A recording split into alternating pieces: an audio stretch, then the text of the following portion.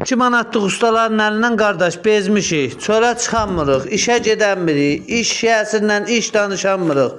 Elə kim ağzını açıb deyirsən 5 manat deyir ki, qardaş 2 manatlıq deyir, ustalar var da gəlib işləyirlər də. Ay ev yerləri, ay gözəl insanlar, bilin ki 2 manat olan ustalar usta deyil, fəhlələrdir onlar.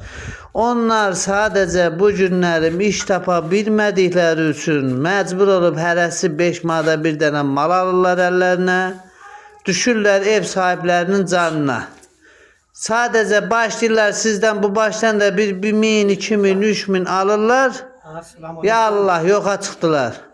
Ya da işlədikləri işin 2 qat pulunu alırlar sizdən ev sahiblərindən. Boşlu salırlar ev sahiblərini. Ondan sonra ev sahibi də məcburdur. Evi dağılana qədər elə ona düzəltdirir. Belə eləmin bir insafınız, mürvətiniz olsun. Bu papaq altda yatan sənətkarlar var, onları fikirləşin. Yekə adamlarsız cəmaatın canını boğazına yığmayın. Bardurların ayıb olsun. metrini də 15 manatdan əldən qoyuram.